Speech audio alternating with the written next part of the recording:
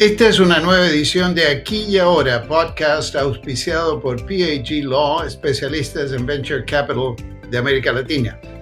Nuestro anfitrión, como de costumbre, es su creador y fundador de PAG Law, Juan Pablo Capello.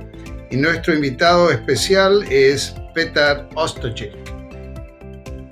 Todos sabemos que hay décadas en que nada pasa y hay semanas en que décadas pasan. Desde que volvió a su patria, a Chile, luego de 2 años en la Universidad de Wisconsin, Petar Ostojic sabía que la humanidad iba a tener que enfrentar esas semanas llenas de cambios abruptos. Esas semanas están ahora con nosotros. Y él quería ayudarnos a todos para estar mejor preparados. Con más de 25 premios a su haber y reconocido como el primer promotor de la economía circular en América Latina, según el World Economic Forum, Petar anda por un muy buen camino en su misión de abrir los ojos a la humanidad. Petar es un apasionado de la sostenibilidad, la economía circular y la cuarta revolución industrial. Emprendedor del desierto más árido del mundo y entusiasta del blockchain y del crypto, Petar nunca ha dejado de sorprender. Y hoy día nos va a sorprender en su diálogo con Juan Pablo Capello. Dejamos con ustedes a Petar Ostojic y Juan Pablo Capello, aquí y ahora. Bueno, aquí estamos con Petar. Oye, ¿te encuentras en Santiago o en el norte de Chile? En el desierto más seco del planeta. Justamente, Juan Pablo. Yo, soy chileno, pero nacido, criado y retornado en la ciudad de Iquique, que está en el norte de Chile, en la mitad del desierto de Tarapacá y Atacama, muy cerca de Bolivia y Perú. Así que desde aquí estamos conversando contigo.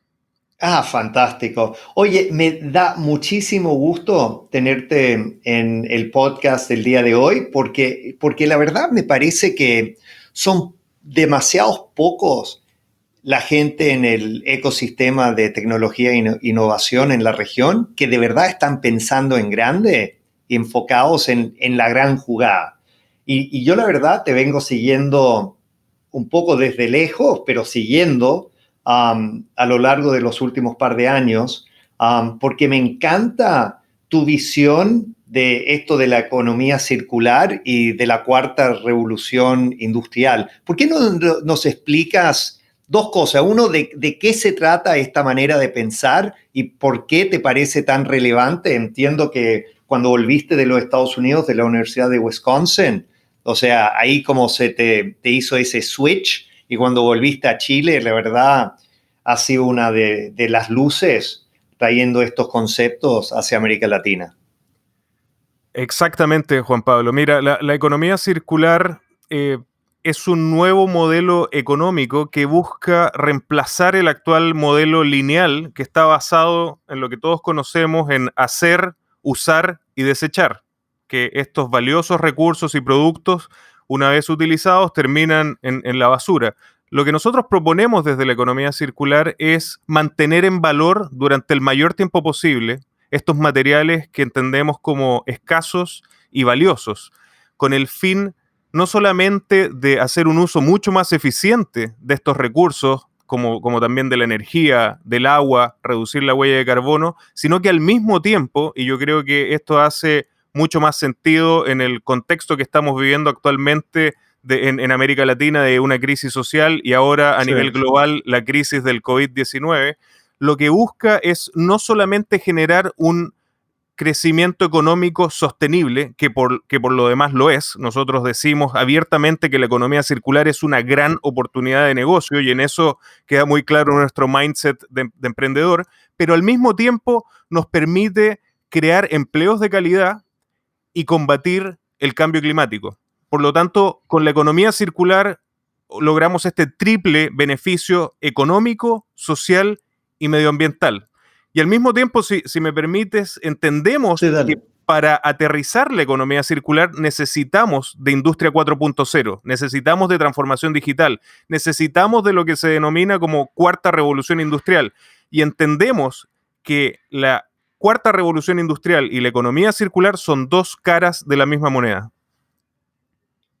Y eso en el fondo, sí, sí, y obviamente me parece muy oportuno esta conversación porque todos sabemos que en estos momentos de crisis como esta pandemia, etcétera, se van acelerando los cambios, ¿no? Y las tendencias que venían en marcha y la transformación digital va tomando más protagonismo, etcétera. ¿Tú cómo, o sea, cómo te gustaría, o sea, si aquí a 5 años tú te levantaras y vieras que el mundo, la verdad, te hubiera prestado atención y ha girado hacia un modelo más sustentable como el que tú estás planteando, ¿cómo el mundo estaría distinto y cómo sería distinto la manera que nosotros trabajamos y la manera que nosotros consumimos? Primero creo que usaste una palabra que es muy acertada. El contexto que estamos viviendo es una aceleración de todos los procesos que naturalmente iban a ocurrir. Yo creo que la crisis económica que comenzó el 2008, 2007, es una crisis de la cual no hemos salido, y el COVID-19 ha acelerado todos estos procesos hacia modelos más sostenibles, hacia una economía verde, hacia modelos circulares y hacia la digitalización de nuestra economía. ¿Cómo veo yo el futuro? Y de hecho lo veo mucho más pronto que 5 años. Veo particularmente para América Latina una oportunidad de una reindustrialización, pero 4.0 y circular. Ayer leía el informe de la CEPAL, donde daba datos que eran terribles. Va a haber un 34% de la población viviendo en la pobreza en América Latina, el 50% está en la informalidad. Creo que en mucho menos corto tiempo que 5 años tenemos que ser capaces de generar un nuevo modelo económico, nuevos modelos de negocio que incorporen a esta cantidad de gente que no puede esté en la periferia del sistema. No solamente por una condición de ética y moral, sino porque también es una oportunidad de generar crecimiento económico. Por lo tanto, ¿qué veo? Veo una oportunidad de generar industrias locales en América Latina. Veo una oportunidad de pasar de esta visión de globalización a una de glocalización. Es decir, pensar global, pero actuar localmente. Y no solamente tener empresas que se preocupan de los shareholders, sino que también de los stakeholders. Por lo tanto, creo que a través de la tecnología, Industria 4.0, de la transformación digital, podemos generar nuevos emprendimientos, nuevas empresas en América Latina que generen este valor, que aprovechen las industrias que tienen muchísimo valor para el mundo, industrias, por ejemplo, basadas como en los recursos naturales, pero que permitan este crecimiento económico, incorporar a las personas, crear empleos de calidad y como tercera pata de esta mesa, reducir la huella de carbono para combatir el cambio climático. Oye, y hablemos un poco de casos específicos. O sea, yo me acuerdo, yo fui uno de los socios fundadores del primer Cowork en Miami, un centro de innovación de 1.000 metros cuadrados y qué sé yo. Y en aquel entonces, te estoy hablando hace 10 años atrás, 9 años atrás, o sea, se hablaba en aquel entonces mucho de la economía compartida, de sharing economy, donde el concepto era de que no todo el mundo tenía que tener, entonces, su propia bicicleta, su propio auto, su propia oficina, pero que podía compartir recursos, ¿no? Pero me acuerdo que cuando gente hablaba de the sharing economy, a muchos consumidores, a gente del público, no entendía lo que realmente quería decir eso. Si bien lo entendían conceptualmente, no había como un caso de uso que le hacía el clic a la gente, ¿no? Y después me acuerdo cuando Uber se lanza y gente como empezaban a ocupar Uber, y ahí se dieron cuenta, como, oye, esto la verdad es una muestra de que de repente no hace falta que cada uno de nosotros tenga un auto que está desocupado el 98.5% del tiempo y de repente podemos, entre comillas, compartir autos a través de estas plataformas digitales como Uber. Y ahí sí, eso era Uber que para mí fue como la punta de la lanza que comprobó esta tendencia que venía en camino, pero que a mucha gente no le habían encontrado como el caso de uso. Me parece, y yo sé que tú eres muy entusiasta con el tema de blockchain y cripto, y yo la verdad me metí en ese mundo hace 7, 8 años atrás, pero me parece que en el mundo de blockchain y cripto, para el público todavía no hay ese caso de uso que le hace a la gente entender lo potente que puede hacer el blockchain para resolver problemas.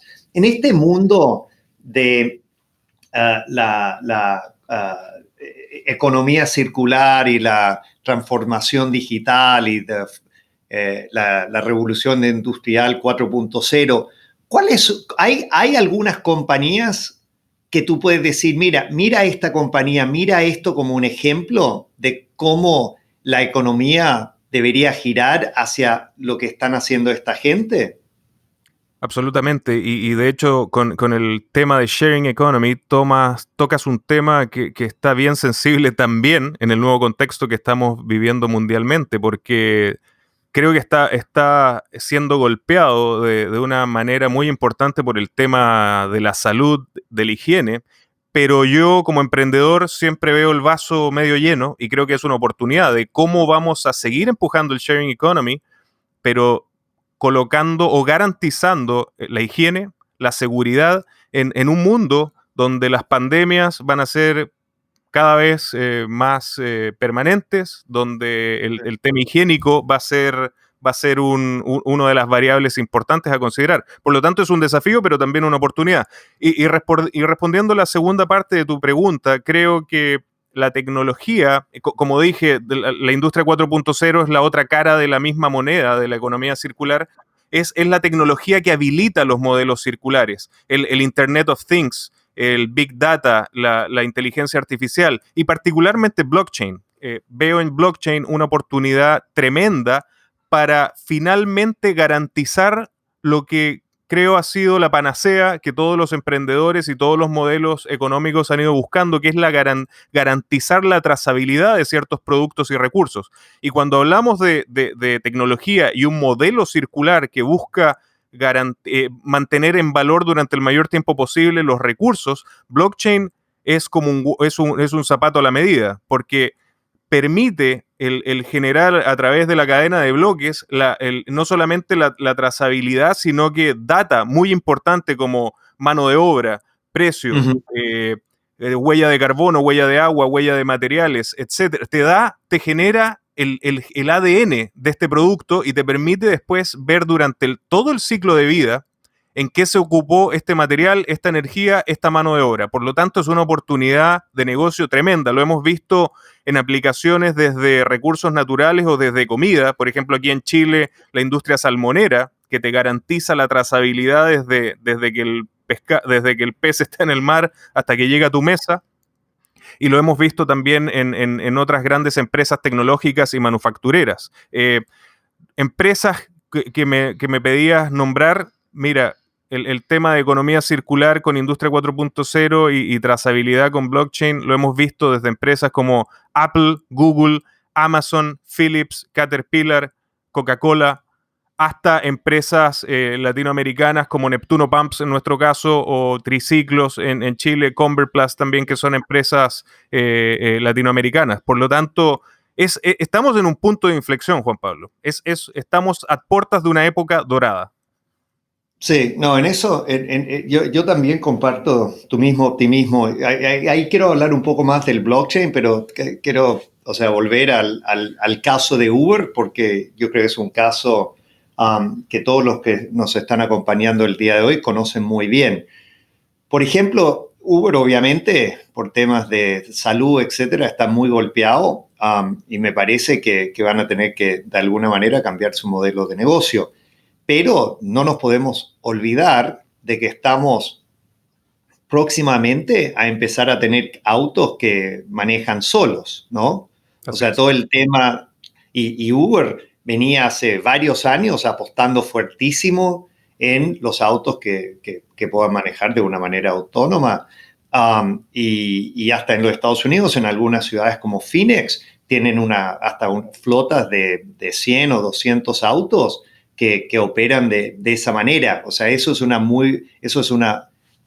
muy buen ejemplo de cómo se puede girar modelos que han tenido éxito hasta ahora y ante esta nueva realidad pueden seguir prosperando y teniendo a cada vez hasta más impacto. ¿Se te ocurre algunos otros ejemplos así, donde la tecnología o la tendencia, la curva de hacia dónde va la tecnología va a permitir de que modelos actuales se conviertan en modelos más alineados con esta economía circular?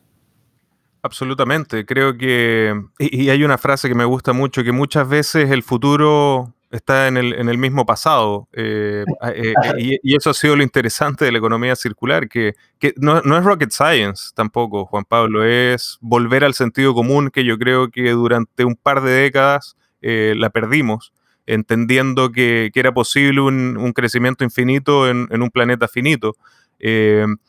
Y donde veo la oportunidad es particularmente en utilizar esto maravilloso que nos permite la ley de Moore, ¿no? Que es el contar con tecnología con una capacidad mucho más grande y con costos accesibles para la mayoría de la gente. Y en América Latina lo que yo veo es que tú puedes relocalizar una industria que repare, remanufacture, mantenga en valor ciertos recursos y ciertos productos con tecnologías que vayan desde la impresión 3D, desde el Internet of Things, desde el Machine Learning, eh, y eso te genere un tejido industrial mucho más localizado, no de estos tamaños gigantescos a los que estábamos acostumbrados.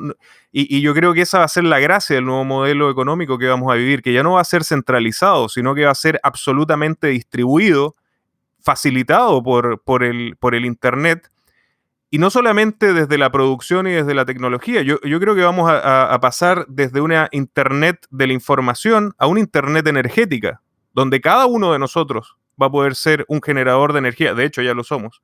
Pero vamos a poder distribuirla y nos va a llevar hacia una economía basada, y yo soy muy optimista en ese sentido, en energías renovables y limpias.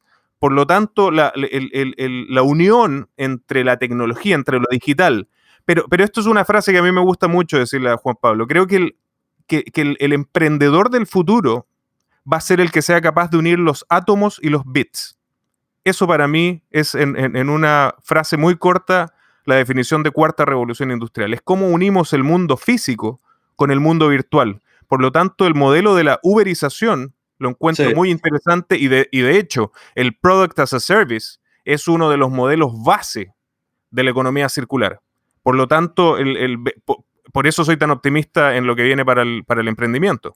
Es muy interesante dos cosas que tú dices y tienen bastante que ver. Yo tuve la suerte de participar en una cena Zoom, ¿no? O sea, un concepto que obviamente no existía hace un par de meses atrás, pero era una cena de, no sé, 10, 15 personas, pero todos estamos cenando juntos en nuestras propias casas, pero conectados a través de Zoom.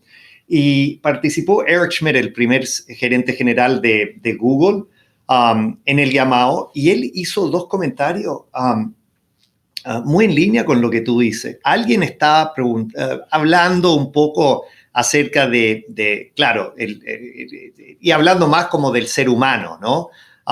Que cuando nos parecía que el ser humano se iba a empezar a conectar con el mundo digital, ¿no? Casi como un tema de interfaz. Y Eric Schmidt hizo el comentario de que eso existe el día de hoy, que todos nosotros con el smartphone, o sea, el problema es que, como él decía, el input rate, o sea, el traspaso de la información es relativamente lento, porque nosotros ahí estamos digitando con un par de dedos nomás, pero que casi el celular se ha convertido como un órgano nuestro, y todos tenemos esa sensación si andamos, o sea, muchos de nosotros si nos damos cuenta de que no tenemos el celular acompañándonos, sentimos que hemos perdido algo, como, no sé, como si hemos dejado nuestra mano ahí sobre el escritorio y tenemos que ir a recuperarla antes que se pierda. O sea, esa conexión entre el mundo real y el mundo digital ya existe y obviamente, o sea, dado Moore's Law, etcétera, y por la aceleración exponencial de la tecnología, eso es una tendencia que se va a ver más pronunciado. Absolutamente. De hecho, yo he escuchado la misma tesis por Elon Musk, que dice que ya somos un cyborg, tenemos el celular y justamente el tema es el bandwidth. Ese es el Claro. problema hoy. El tipear con 2 dedos no se compara a lo que puede hacer un computador. Y de hecho, creo que ahí justamente es donde está la oportunidad. Y a propósito de podcast, como este maravilloso podcast que tú tienes, yo estaba escuchando el fin de semana la entrevista que hizo Joe Rogan a Elon Musk. Y, Ah, y- ya. y- y justamente hablaba, ¿no?, de los avances que está haciendo con Neuralink. Es impresionante, te explota la cabeza cuando escuchas lo que está ocurriendo, pero también, pero al mismo tiempo, hablaban de algo muy interesante y yo lo estaba tuiteando hace un poco tiempo. Elon Musk les decía, eh, tenemos mucha gente, muchos cerebros brillantes dedicados a la parte financiera y a la parte de leyes. Necesitamos más gente haciendo cosas. Y ahí es donde yo creo coincidimos afortunadamente con Elon Musk en que el nuevo modelo necesita de emprendedores que unan átomos con bits. Necesitamos realmente hacer cosas. Y ahí está la oportunidad. Totalmente de acuerdo. Y después la otra observación que escuché en esa comida, alguien levantó la mano y diciendo, bueno, pero esto, ¿dónde deja, tú sabes, la gente que trabaja? O sea, esto no va o sea, esta disrupción no va a hacer que la gente va a perder su trabajo, y dieron el ejemplo de que la industria del transporte en los Estados Unidos es la séptima industria en términos de empleos en los Estados Unidos. Dijeron, mira, si hay esta tendencia hacia autos autónomos, toda esa gente va a perder su trabajo y eso va a provocar una crisis económico.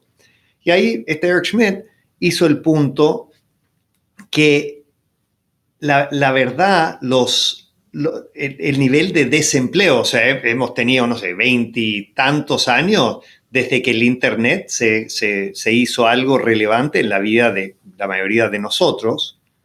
Y la verdad, la tasa en los Estados Unidos antes de esta crisis, nunca habíamos tenido una tasa de desempleo tan bajo en los Estados Unidos. O sea, el punto de él es que la economía es maravillosa en reabsorber gente. Obviamente los trabajos que van a tener mucha de la gente que nos están escuchando van a ser distintos y cambiados en los próximos 5 o 10 años, pero eso no quiere decir de que no van a tener nada que hacer. ¿Cuál es tu reacción a esa preocupación, que es muy natural, que tiene mucha gente ante cambios, ¿no? De que el mundo va a ser distinto y yo me voy a quedar fuera.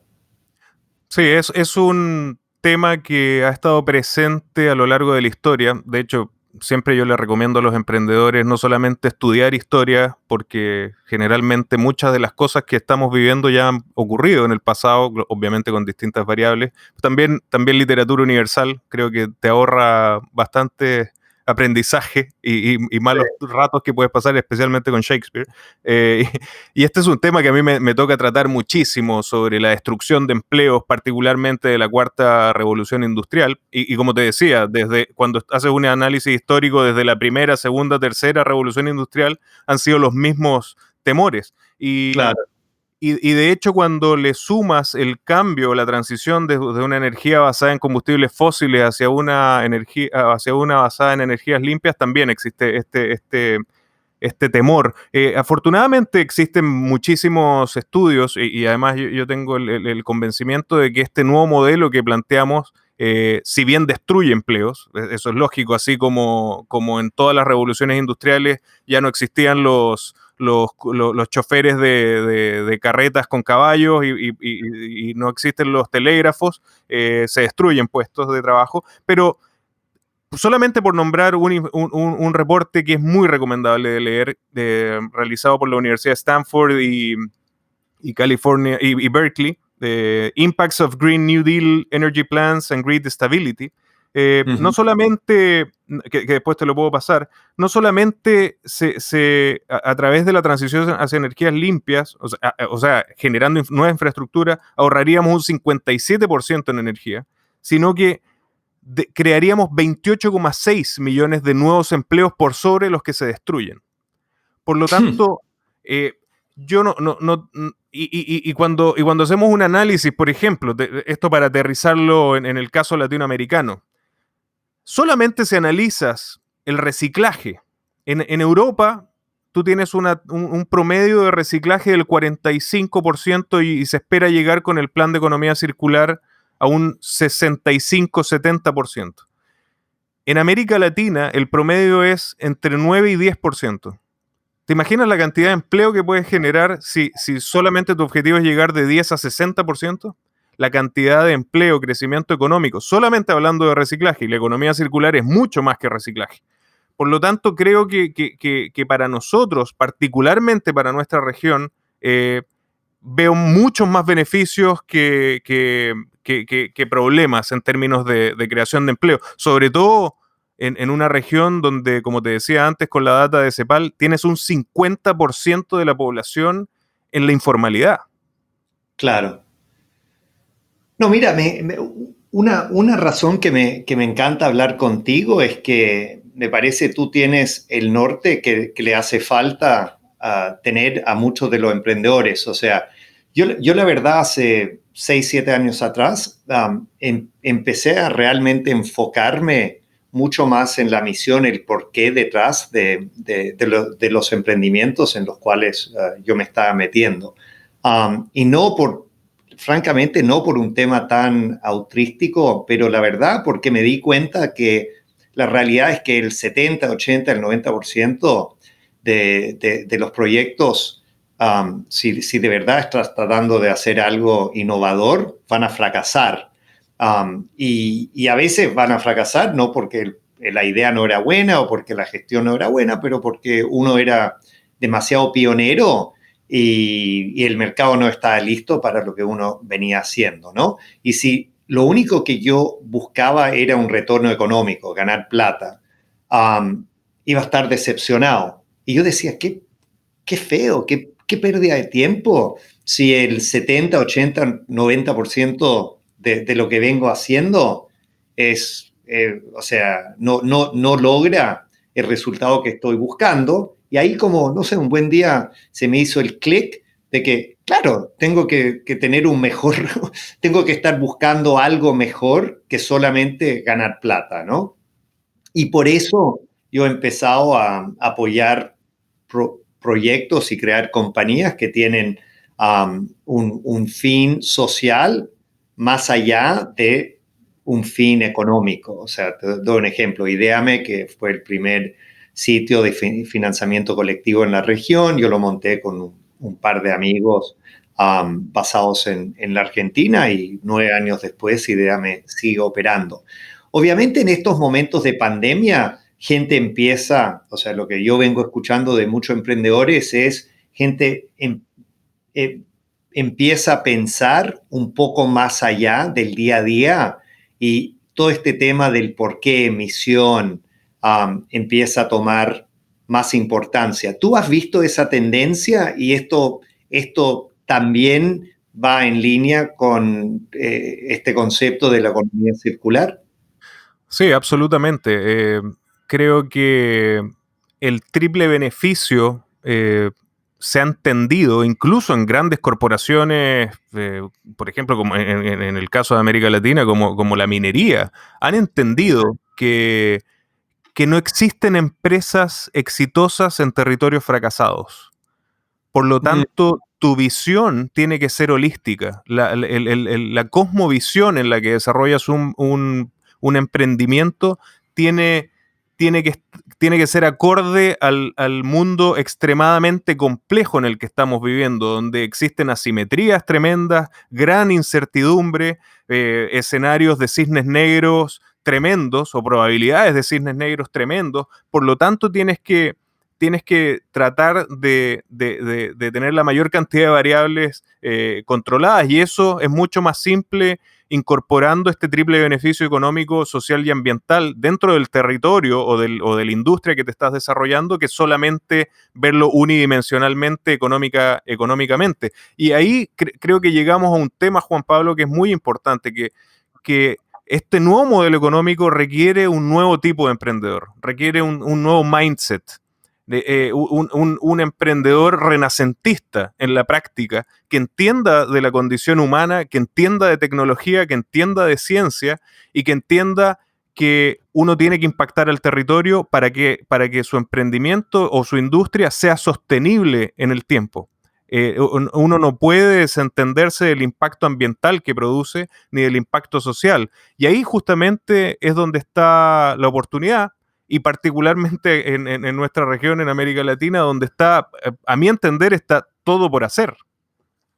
No, totalmente. Y cuando uno se pone a pensar en la economía en nuestra región y a lo largo del mundo, hay solamente, tú sabes, tres tipos de actores. Hay el gobierno, empresas grandes y las pymes. Y cuando te pones a pensar, o sea, la mayoría de nosotros no queremos y no creemos que el porte del gobierno debería crecer, o sea, hacia el futuro el empleador del futuro no va a ser el gobierno. En los últimos 40 años en los Estados Unidos, las 100 empresas más grandes de los Estados Unidos no han contribuido neto ni un solo empleo a la economía. O sea, por 40 años en los Estados Unidos, la cantidad de gente contratada y empleada por las grandes compañías ha sido igual. O sea, tampoco las grandes compañías pueden ser los motores de empleos hacia el futuro. Y eso quiere decir de que el empleador o el sector de la economía que va a poder emplear gente hacia el futuro van a ser las pymes. Y estoy totalmente de acuerdo que solamente son las compañías de porte mediana y pequeña que están palanqueando tecnología que realmente van a poder crear esa disrupción suficientemente interesante para crear esos empleos del futuro. ¿Tú estás de acuerdo con eso? Absolutamente, creo que era lo que hablábamos en un inicio, de que estamos pasando de un modelo de cadena de fabricación, suministro, logística, mega empresas súper centralizado, a un modelo distribuido, donde vas a tener una red de emprendedores de distintos tamaños que van a, justamente como tú señalas, van a generar esta nueva base de empleo. Y creo que la oportunidad que tenemos, y ahí es donde yo estoy muy orgulloso de mi participación en una organización de tanto impacto como Endeavor a nivel internacional, hacemos hincapié. Yo ahora tengo el honor de ser director de Endeavor Chile, y me tiene extremadamente contento. Tenemos la oportunidad de enfocarnos en un nicho que creo era un poco descuidado. Yo siempre lo denominaba en América Latina, y creo que pasa en la mayor parte del mundo. Es como el limbo del emprendimiento. No estamos ni en el cielo ni en el infierno, y que somos las scale-ups. Porque ha habido un foco muy importante en startups, que también en América Latina, por los niveles de facturación, son empresas bastante pequeñas, y hay una banda de scale-ups que es muy interesante, de altísimo impacto, que es justamente la que genera más empleo, crecimiento económico, pero que no es tan pequeña para recibir ayuda del gobierno, ni es tan grande como para estar a la altura de los big fishes, ¿no es cierto? Claro. Oye, y hablando, tocaste el tema del gobierno. ¿Te parece un papel para los gobiernos o entes regulatorios del gobierno para fomentar esta transformación hacia una economía circular? ¿Qué papel deberían jugar los gobiernos? El papel de los gobiernos debe ser bien específico y, a mi entender, y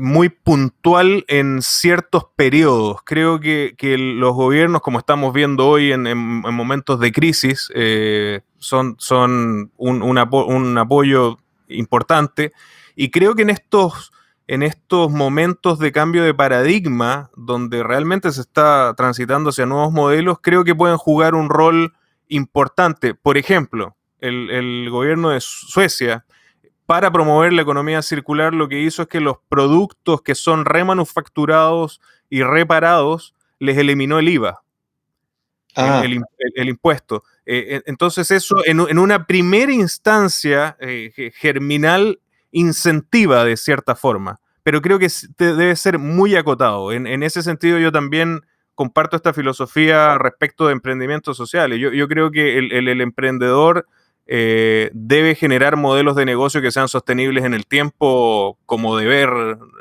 principal.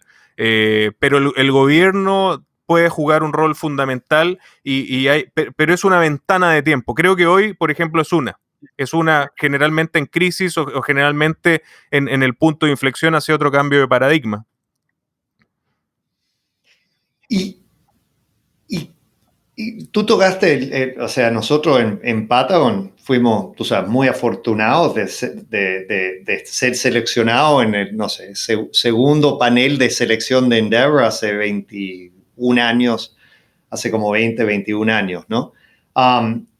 ¿Qué papel te parece juega organizaciones como Endeavor para impulsar esta? Si el papel de los gobiernos debería ser agotado en el tiempo y iniciativas muy, muy selectivas, ¿cómo te parece actores como Endeavor, instituciones independientes, fundaciones, etcétera, para impulsar estos cambios?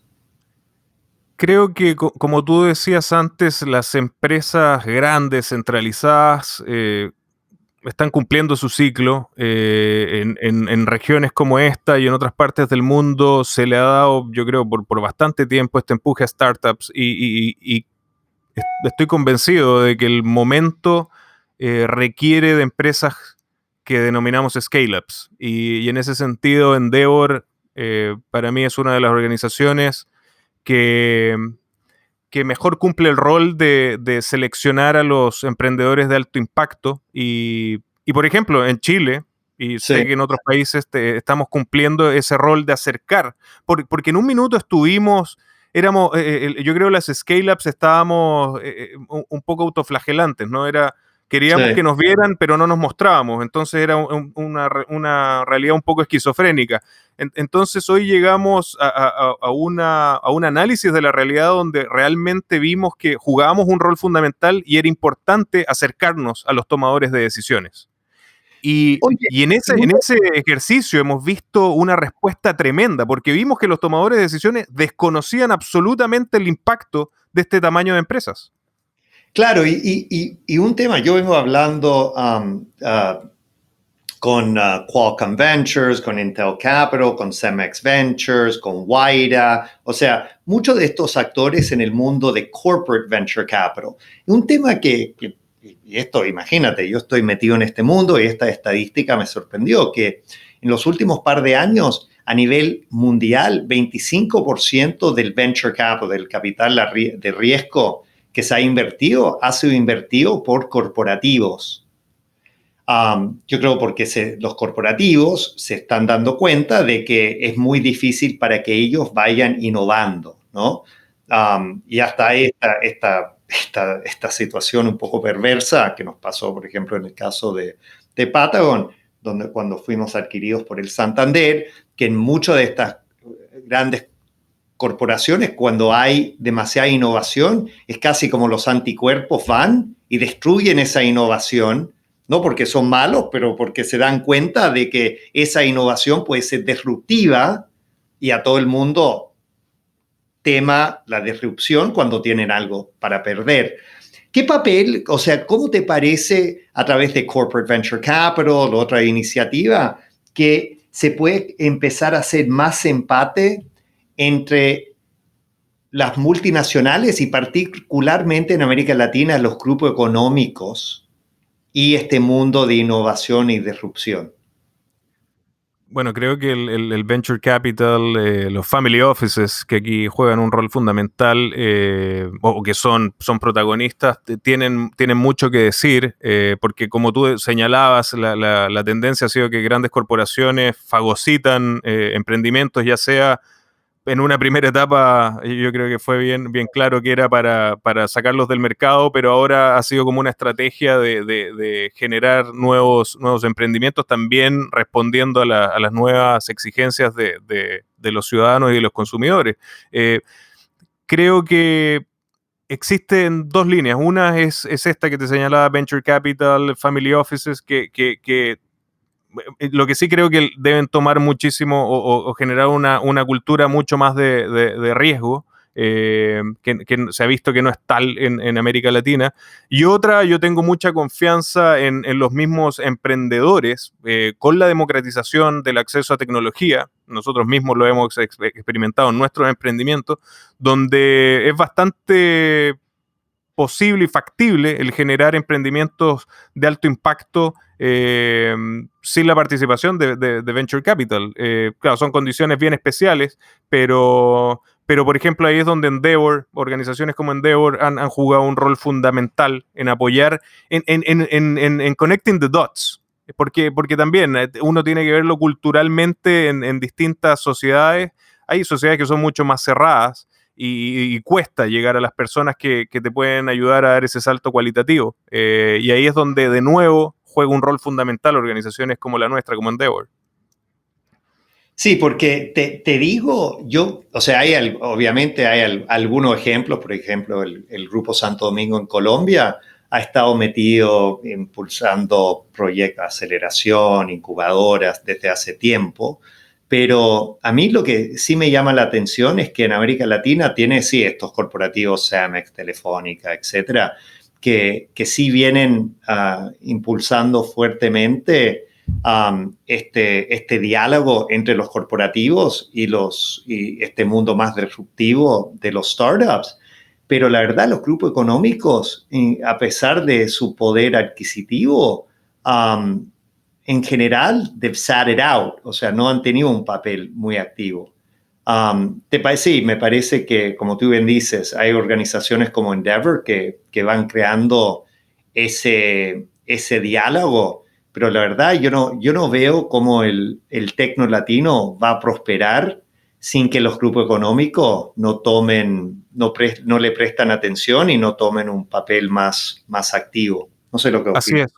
Sí, así es. Yo veo, mira, una particularidad en América Latina, y aquí es donde también viene esta necesidad de ser absolutamente pragmático, más en estos momentos de crisis, e ir por los low-hanging fruits. Sí. Y puedes estar de acuerdo o no con ciertas cosas, pero la realidad es la que es, ¿no? Y en América Latina tienes, y en otras partes también, economías que se desindustrializaron, muy basadas en la explotación de ciertos recursos naturales que, bueno, en el caso de nuestra región son estratégicos para el futuro bajo en carbono, por ejemplo, el litio, el cobre, etcétera.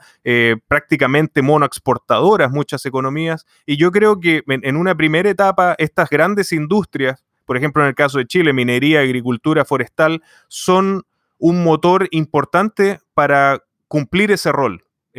Son industrias de tan alto impacto que puedes generar emprendimientos que hoy, con este nuevo foco, con este nuevo paraguas tecnológico, pueden comenzar en un área, pero terminar en cosas que ni te imaginas. Nosotros conocemos casos de industrias que han empezado en la minería, pasaron a la salmonicultura y después terminaron haciendo cosas en transformación digital, cosas espectaculares. Creo que en ese sentido tenemos que ser muy pragmáticos en América Latina e ir por esos low-hanging fruits.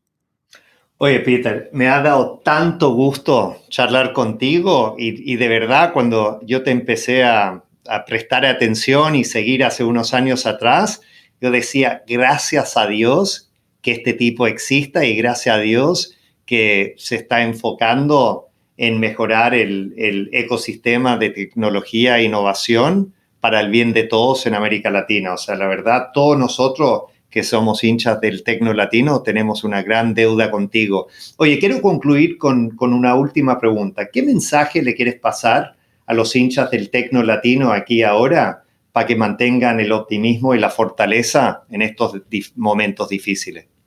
Primero, gracias por tus palabras. Me llena de alegría y orgullo y me motivan a seguir. Y el mensaje a tus oyentes y a los fanáticos del Tecno Latino es: tenemos como emprendedores que tener un nuevo mindset, ver que si bien estamos viviendo un momento extremadamente difícil, está lleno de oportunidades y estamos a puertas de una época dorada donde confluye el mundo físico, el digital y una nueva forma de ver, pensar e imaginar lo que viene por adelante. Y ahí la tecnología juega un rol fundamental, como hablábamos, Internet de las Cosas, inteligencia artificial, blockchain, son herramientas que van a cambiar el mundo como lo conocemos. Está cambiando a las industrias que pensábamos que nunca iban a cambiar, incluso los bancos, ¿no? No alcanzamos a hablar mucho de cripto, quizás en el futuro. Por lo tanto, los ojos bien abiertos, todos los sentidos muy alertas y ver las oportunidades, porque el mundo va a necesitar de los emprendedores y como dice Nassim Taleb, uno de mis ídolos, los emprendedores son los héroes del futuro. Ay, mira, de tu boca a los oídos de todos. Oye, muchísimas gracias por ser quien eres, ser tan sincero y gracias por compartir tus palabras y pensamientos con nosotros. Te mando un gran abrazo virtual por ahora, pero espero poder tomarme un pisco sour contigo en Santiago o en el norte de Chile próximamente. Muchas gracias, Juan Pablo. Un gran abrazo, felicitaciones por tu gran podcast. Cuenta conmigo cuando necesites y estoy seguro que nos veremos pronto. Este fue otro programa de Aquí y Ahora, auspiciado por PAG Law, especialista en Venture Capital. Hasta pronto.